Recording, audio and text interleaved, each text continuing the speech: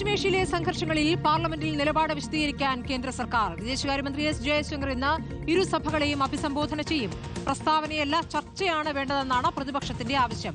ലോക്സഭ 12 മണിവരെ ഇപ്പോൾ നിർത്തിവച്ചിരിക്കുകയാണ്. P R Sunil വിവരങ്ങളുമായി. സുനിൽ, ഇപ്പോൾ പശ്ചിമേഷ്യയിലെ സംഘർഷത്തിൽ കേന്ദ്രം വിശദീകരണം നൽകുമെന്നുള്ള നിലപാടാണോ ഇപ്പോൾ പ്രതിപക്ഷം ഇരുസഭകളിലും ബഹളമുണ്ടാക്കിയോ? ഇപ്പോൾ 12 മണിവരെ നിർത്തിവെച്ച സാഹചര്യം എങ്ങനെയാണ്?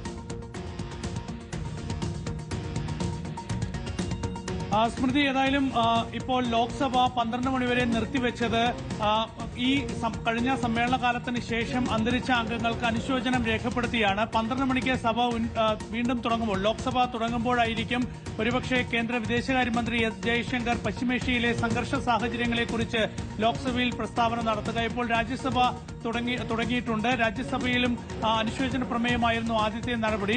ഏതായാലും രാജ്യസഭയിൽ ഇന്ന് പശ്ചിമേഷ്യയിലെ യുദ്ധ സാഹചര്യങ്ങൾ, സംഘർഷ സാഹചര്യം ചർച്ച ചെയ്യണമെന്നാവശ്യപ്പെട്ട് നിരവധി അംഗങ്ങൾ നോട്ടീസ് നൽകിയിട്ടുണ്ട്. ആ നോട്ടീസ് അംഗീകരിക്കാനുള്ള സാധ്യത കുറവാണ്. രാജ്യസഭയിലും ഇന്ന് കേന്ദ്ര വിദേശകാര്യമന്ത്രി പ്രസ്താവന നടത്തുന്നുണ്ട്. ഏതായാലും ഇന്ന് ലോക്സഭയിലെ ഏറ്റവും പ്രധാനപ്പെട്ട നടപടി എന്ന് പറയുന്നത് ലോക്സഭാ സ്പീക്കർ ഓം ബിർളയെ പുറത്താക്കണം എന്നാവശ്യപ്പെട്ട് പ്രതിപക്ഷം നൽകിയ നോട്ടീസ് ചർച്ചയ്ക്ക് വരുന്നു എന്നതാണ്.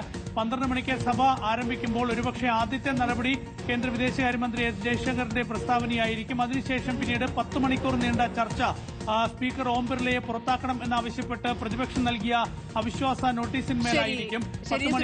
പ്രതിപക്ഷ ബഹളത്തിൽ സഭ 12 മണിവരെ നിർത്തിവച്ചിരിക്കുന്നു എന്നുള്ളതാണ്. പൊങ്കാലയ്ക്കിടെ പൊള്ളലേറ്റ് വീട്ടമ്മ മരിച്ചതിൽ